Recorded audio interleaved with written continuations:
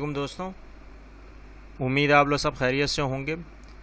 आज इकोनॉमिक्स का क्लास 9 का फेल्ड पंजाब बोर्ड का लेक्चर नंबर 23 या लेक्चर नंबर 30 करने जा रहे हैं हम लोग। और आज का जो उन्वान होगा वो इन्वेस्टमेंट्स होगा, ठीक है, सरमायाकारी और निजकारी। अच्छा, इन्वेस्टमेंट्स क्योंकि सरमायाकारी को बोलते हैं, लेकिन जो कंपनीज़ जो गवर्नमेंट की नेशनलाइजेशन पर होती हैं, या वो कंपनीज़ जो अपने जो कंपनीज़ जो हैं जो अपने बिज़नेस को, अपने कारोबार को आगे बढ़ाना चाह रही होती हैं, और उसी के हिसाब से जब पैसा दूसरा कोई लगाता है तो हम उसके हिसाब से इन्वेस्टमेंट्स को प्राइवेटाइजेशन बोलते हैं, और प्राइवेटाइजेशन भी निजकारी कहलाती है। लेकिन इस टॉपिक को समझने से पहले हमने ये चेक करना है कि हमने प्रीवियस लेक्चर में क्या पढ़ा, हमने पिछले लेक्चर में क्या डिस्कस किया। हमने उसके हिसाब से जो डिस्कस किया था वो सेविंग्स और बचत किया था। अगर आपने ये टॉपिक नहीं देखा है या ये लेक्चर नहीं देखा है तो इस लेक्चर को देखने के बाद अगर कुछ चीज़ समझ में ना आए तो मुझसे शेयर करें। आज के टॉपिक के हिसाब से जो आपके पास सवाल आता है, जो बोर्ड में पूछा जाता है, वैसे आपसे पूछा जा सकता है कि आप कोई भी नोट लिखें किसके ऊपर, इन्वेस्टमेंट्स के ऊपर। अच्छा, इन्वेस्टमेंट्स जो निजकारी या सरमायाकारी है, उसके हिसाब से अगर देखा जाए, सरमायाकारी जो है वो किसी भी मुल्क के हिसाब से अगर देखा जाए तो वो इन्वेस्टमेंट्स जो कंस्ट्रक्शन के काम में आ रही हो किसी इंटरप्राइज के हिसाब से। कंस्ट्रक्शन का मतलब होता है कि वो पैसा लगाना, उस चीज़ में पैसा लगाना है जिसमें आपकी प्रोड्यूसिंग गुड्स की कैपेसिटी ज़्यादा हो और उसकी डिमांड ज़्यादा हो, ताकि इंडस्ट्रीज़ भी उसमें फल फूल सकें, फ्रूटफुल हो सकें। और ये हर मुल्क के हिसाब से अपना निसाब कर रहा होता है। और ज़्यादातर जो इन्वेस्टमेंट्स होती हैं, बेशतर जो आपकी इन्वेस्टमेंट्स हो रही होती हैं, सरमायाकारी हो रही होती है, वो प्राइवेटाइजेशन में हो रही होती है, निजकारी के हिसाब से हो रही होती है। और इंडस्ट्रीज़ अपने हिसाब से पैसा लगा रही होती है क्योंकि लोगों की डिमांड होती है। अगर लोगों की डिमांड ना हो तो फिर उस चीज़ के ऊपर पैसा लगाना फजूल है, ठीक है। अब अगर देखा जाए तो इसके मायने जो हैं इन्वेस्टमेंट के, यानी कि सरमायाकारी के हिसाब से देखा जाए तो इसमें कैपिटल और गुड्स दोनों शामिल होते हैं। जैसे अगर देखा जाए तो बिल्डिंग्स या इक्विपमेंट्स, ये एक मिसाल आती है, क्योंकि आपकी बिल्डिंग उसी वक्त खड़ी होगी जब आपके पास इक्विपमेंट्स हो। जब इक्विपमेंट्स ही नहीं होंगे तो आपके पास बिल्डिंग फिर खड़ी होना है ही नहीं।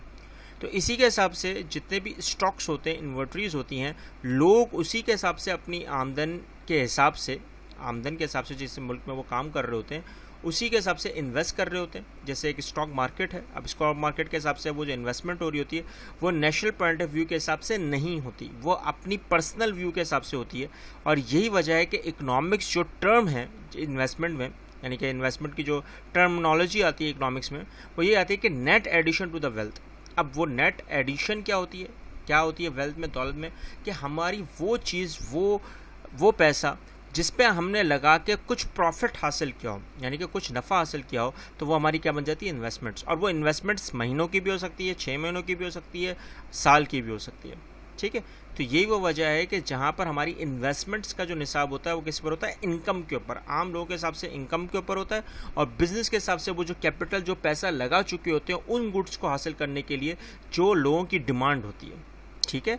और उसमें कम्योडिटीज़ भी आती हैं, स्टॉक्स भी आते हैं, बॉन्ड्स भी आते हैं, रियल स्टेट्स भी आ सकती है, ज़मीन भी आ सकती है। इन्वेस्टमेंट में ज़मीन भी होती है, हम ख़रीद लेते हैं, वेट करते हैं, फिर हम उसको बेच देते हैं अगर उसके रेट्स बढ़ जाते हैं, तो इस हिसाब से वो हमारे पास क्या होती है, इन्वेस्टमेंट होती है, ठीक है, सरमायाकारी होती है। अच्छा, काइंड्स ऑफ इन्वेस्टमेंट जो होती हैं, यानी कि इकसाम जो होती हैं सरमायाकारों की, वो दो हैं।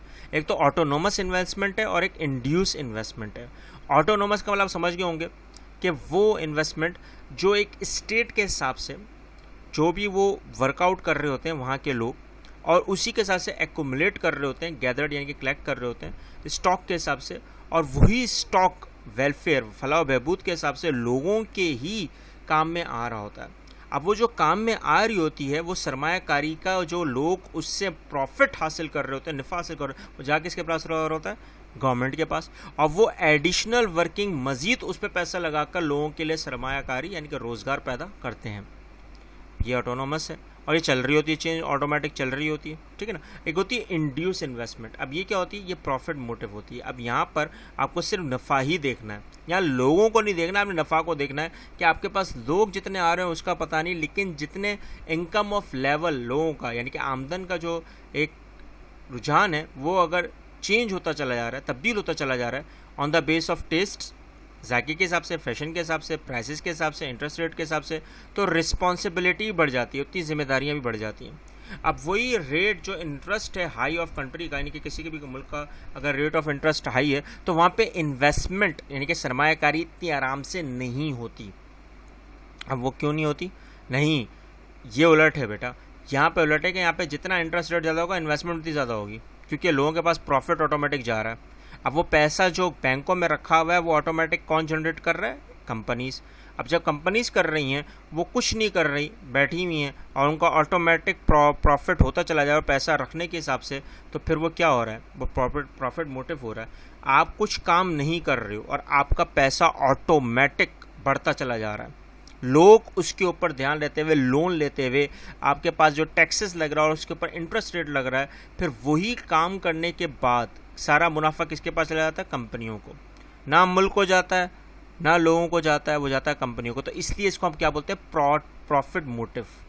और इसका कोई इतना मतलब सब्स्टिट्यूट मुद्दाबादिल कुछ नहीं है। और इसलिए बोलते हैं कि किसी मुल्क के हिसाब से इंटरेस्ट रेट कम होना चाहिए। अगर इंटरेस्ट रेट बढ़ा हुआ होगा तो आपकी सेविंग्स कम होगी, कंजप्शन ज़्यादा होगी, आमदनी इनकम कम होगी। क्यों? क्योंकि इनकम के हिसाब से आपका इन्वेस्टमेंट इंटरेस्ट रेट बढ़ रहा होता है। तो अब ये वो चीज़ें होती हैं, जितनी आपकी डिमांड बढ़ती चली जा रही है गुड्स के ऊपर, तो उतनी प्रोडक्शन लेवल बढ़ता चला जाता है। लेकिन इस पर फ़ायदा किसको हो रहा है? कंपनीज़ को हो रहा है। आम लोगों को तो फ़ायदा नहीं हो रहा। हाँ, एक चीज़ का फ़ायदा हो रहा है कि उनकी डिमांड पूरी हो रही है। अगर उनकी चॉइस पूरी हो रही है तो क्या उस चॉइस के ऊपर वो पूरा सेटिस्फाई हैं? ये हमें सेटिस्फेक्शन मिलती है कि हम वो चीज़ जो इस्तेमाल कर रहे हैं वो हमने जितना पैसा लगाया उसी के हिसाब से मिली है। अब ये यहाँ बोलते हैं किस्मत है। अब वो किस्मत का कहाँ से रुझान आ जाता है ये तो अल्लाह ही बेहतर जानता है। लेकिन हमने इकोनॉमिक्स के हिसाब से इन चीज़ों को देखना पड़ता है। अगर आप इन्वेस्टमेंट कर रहे हैं तो बड़ा सोच समझ के करते हैं, आंख बंद करके इन्वेस्टमेंट नहीं करते। ठीक है? अगर आपको कोई चीज़ समझ में नहीं आई हो तो शेयर करें, कमेंट करें, और आपको कोई चीज़ बहुत जल्दी समझ में आएगी तब भी शेयर करें, कमेंट करें, और उन बच्चों, उन लोगों तक पहुँचाएँ जिनको इस इल्म की ज़रूरत है। मिलते हैं नेक्स्ट लेक्चर में। अल्लाह हाफ़िज़।